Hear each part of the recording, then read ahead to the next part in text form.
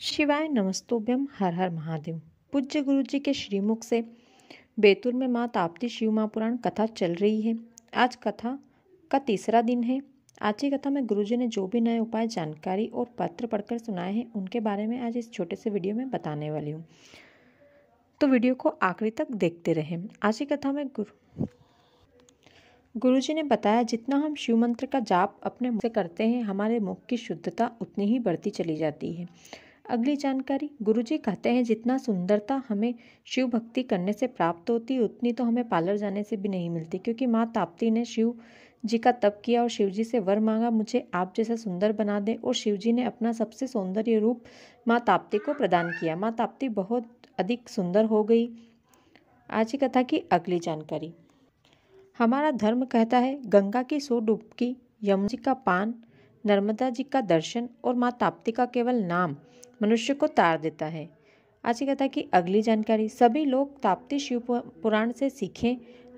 मंदिर से हमें अब अपने आप को संभाल लेते हैं। मंदिर में तो हम अपने आप को संभाल लेते हैं, इसलिए हम कोई गलत काम नहीं करते। लेकिन जैसे ही हम मकान में आते हैं, हम फिर से गलत काम करने लग जाते हैं। इसलिए जब हम शिव मंदिर जाएं, तब शिव जी से प्रार्थना करके आएँ कि तेरे मंदिर में तो हमने अपने शरीर को संभाल लिया, अपने मन को संभाल लिया, लेकिन बाहर जाने के बाद तुम संभाल लेना। आज की कथा की अगली जानकारी, महादेव हमें पेट भरने से ज़्यादा देने लगे या 1 रुपये की जगह 2 रुपये देने लगे, तो समझ लेना हमें हमारे पूर्व का फल मिल रहा है। तो अब आपको अपने आगे आने वाले जीवन को संवारना है। आज की कथा की अगली जानकारी, हम अपने जीवन में भले परमात्मा से ना डरें, भले वेद पुराणों से ना डरें, भले धर्म से ना डरें, लेकिन हमें अपने कर्मों से जरूर डरना चाहिए।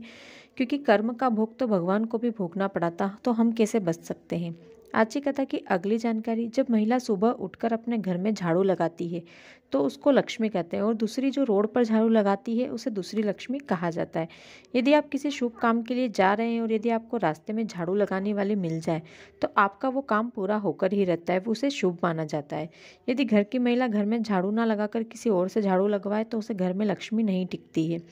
आज की कथा की अगली जानकारी, गुरुजी ने सभी देशवासियों से कहा, हमारे राष्ट्र और संघ को बचाने के लिए हमारे घर के बच्चे को आरएसएस में या फिर इस प्रकार के किसी संघ में अवश्य जुड़ना चाहिए।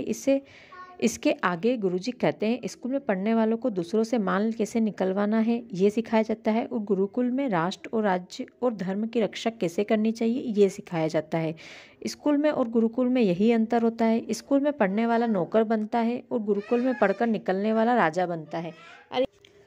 आज की कथा की अगली जानकारी, जब हम पानी से भगवान को स्नान करवाते हैं तो वो जल बन जाता है और वो जल तुलसी के क्यारे में जाता है, और उसी पानी से जब हम कपड़े धोते हैं तो वो जल पानी में जाता है। जब पानी भगवान को स्पर्श होकर जल बन जाता है और हम रोज शिव मंदिर जाते हैं, जल चढ़ाते हैं और शिव जी को स्पर्श करते हैं, तो हम भी तर जाते हैं।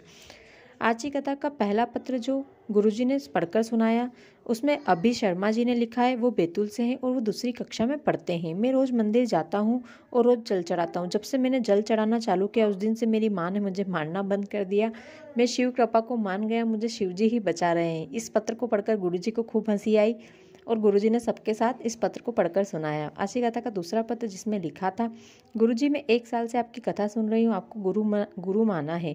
मेरा छोटा बेटा बहुत शराब पीता था, गालियाँ देता था, अपशब्द बोलता था।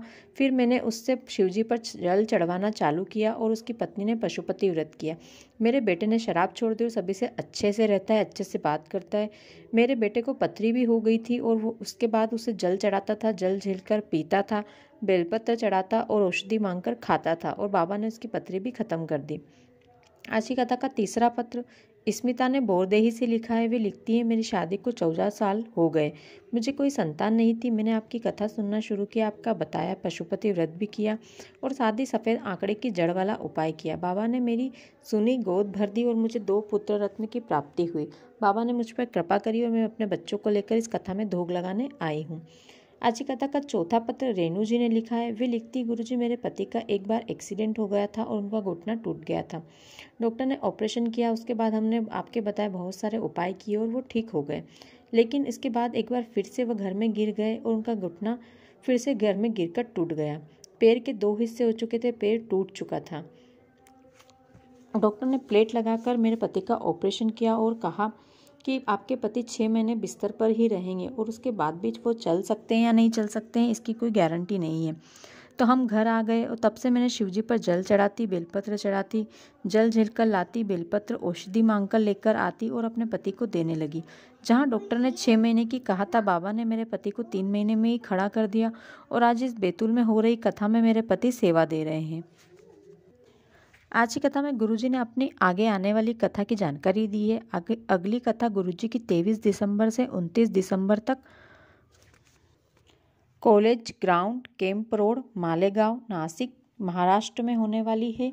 इस कथा का नाम पुण्य शिव महापुराण कथा रखा गया है। इससे कथा में गुरुजी हमने बताया है कि हम क्या जानने वाले हैं। इससे हम जानेंगे क्या देने से और कहाँ देने से हमें पुण्य मिलता है। इस कथा में मंदिर में दिया लगाने से क्या पुण्य मिलता है, मंदिर जाने से क्या पुण्य मिलता है, पंडित को दान देने से क्या पुण्य मिलता है, बहन बेटी को देने से हमें क्या पुण्य प्राप्त होता है। ये सभी इस कथा में गुरुजी हमें बताने वाले हैं और इसी प्रकार की और अन्य जानकारी हमें पुण्य से रिलेटेड बताने हैं। यदि आप इस कथा में जानना चाहते हैं तो कमेंट करके बताएं ताकि मैं आपके लिए एक वीडियो बनाऊं कि आप इस कथा में पांडाल तक कैसे जा सकते हैं।